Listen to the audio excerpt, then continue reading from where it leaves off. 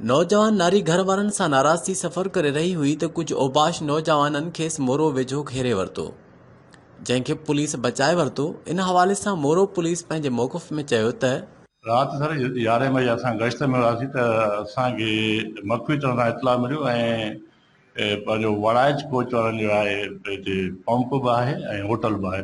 उन्हनि जे हिकिड़ो मसइलो थी पियो आहे, छोकिरी आहे उहा जेका हुन सां हिकिड़ा छोकिरा आहिनि सा माण्हू गॾु आहिनि, उहे हिनखे लाइन ॾियनि पर छोकिरी वञणु नथी चाहे, छोकिरी जी सुञाणप नथी करे, छोकिरी सां केरु बि गॾु कोन्हे। पोइ असां बि आयासीं त हिते मोटरवे वारा पुलिस हुई, सभु टोटल माण्हू हुया। पोइ हुते जॾहिं मां वियुसि त पोइ छोकिरी नंढी खां हलो हलो त नंढी ॿुधायो, पंहिंजो नालो ॿुधाईं ऐं ॿुधाईंदे त मां जेको कराची मां निकिती आहियां, पर वञा पई ख़बर न आहे कंहिं तरफ़ वञा पई, बहरहाल मां घरां तंग थी निकिती आहियां, पंहिंजे पीउ माउ ॾे वञणु नथी चाहियां। पोइ मूं पंहिंजे बारा अफ़सरनि DSP साहिब खे ॿुधायो, DSP साहिब बि चए थो भाउ ठीकु आहे। पोइ लेडीज़ पुलिस घुराई थी राति, ऐं हींअर जेको असां हिनखे जेको नाला ॿुधाए पई, पंहिंजे पीउ माउ जा ॿुधाए पई, मामनि जा ॿुधाए पई ऐं कंबर शहदार कोट जी ॿुधाए थी मां हुतां जी आहियां।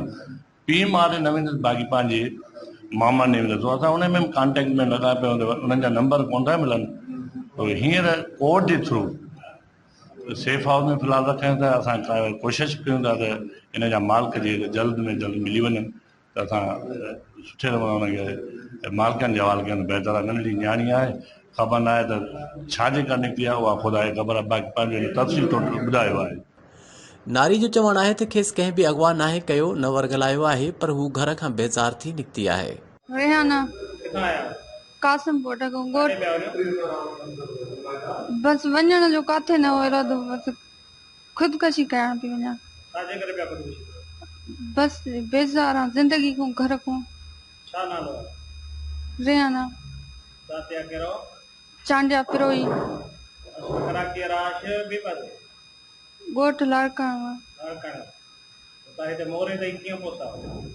मोरे ताईं असांखे चाढ़े छॾियो, अलाए केरु हो न।